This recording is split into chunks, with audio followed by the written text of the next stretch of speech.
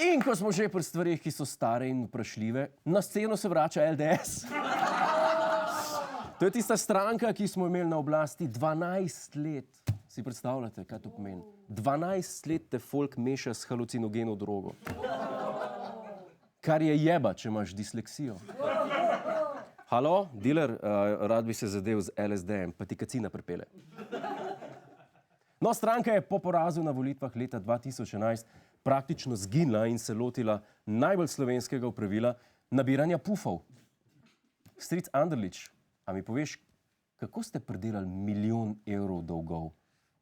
Ja, jaz tudi ženi ne povem, ki je zapravljen denar, ne? Bravo, vi ste naši. To je to, kar rabi naša država, ne? Stranka, ki na vprašanje o dolgovih odgovori s komigom v stilu, kva te briga, nismo žena. Še moja žena ne ve. Le Janša, dobra fora za naslednjič, ko te vprašajo, odkot ti 400 jurjev. V glavnem, LDS hoče ostati od mrtvih, pričakovanja pa imajo ful nizka. Prelesti v parlament in povečati članstvo. Z 6 na 8 ljudi. Zdaj, odkar je propadel LDS, oziroma LDS, se je na slovenski levici zgodilo svašta. Dobili smo zares pozitivno Slovenijo, zavezništvo Alenke Bratušek, Združeno levico in 2 levičarja v SMC.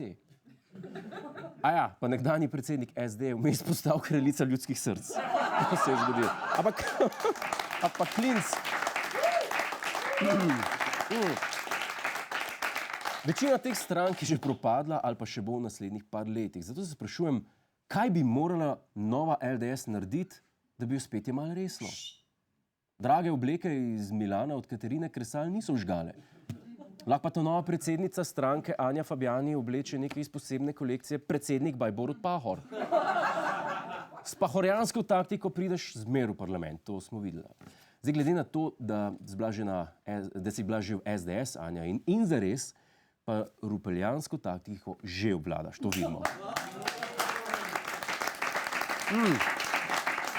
Družba. Če smo pozabili na najpomembnejšega politika. Janez Janša je spet na tapeti. Tokrat je specializirano državno tožilstvo proti njemu vložilo tožbo, s katero zahteva odvzem premoženja nezakonitega izvora. Janez, povej, kje je razlog, da te spet vabijo na sodišče?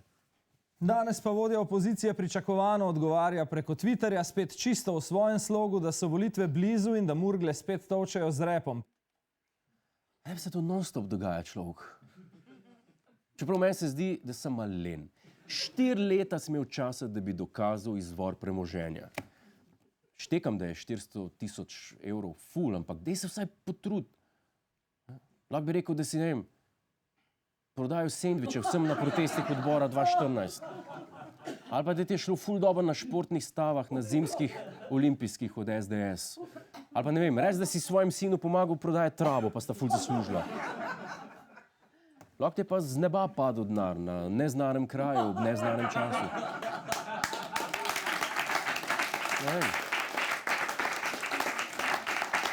Zdaj, drugi dokaz, da je Janez totalna lenoba, pa je to, da so vsega spet krive Murgle in volitve, ki se bojda bližajo. Ne, to je lahko potem kadarkoli. Volitve v Sloveniji niso glih neka redkost. V zadnjih 26 letih smo imeli 22 let, v katerih so bile ali volitve, ali referendum. Zdaj to, da rečeš, da bojo kmalu volitve, to je glih tako univerzalno, ki bi rekel, Borut Pahor se danes ni ukvarjal s predsedovanjem državi. Ali pa, ki bi rekel, pred sodiščem so spet strašili SDS upokojenci. In, ko smo že pri SDS upokojencih, Med včerajšnjim protestom odbora 2014 je protestnik napadel Toneta in mu povzročil poškodbe rok in glave. Moški je nato Toneta podrl na tla in se ga lotil še z njegovo birglo. Posledice pretepa so jasno vidne, birgla se je ob napadu celo zlomila. to res ni kul. Pa kaj me Tone naredil? To je njegova dnevna soba, ljudje. Ne gre to tako, banda. In kar je še bolj ironično, brezdomce so pretepali medtem, ko so protestirali v podporo osumljencu za umor.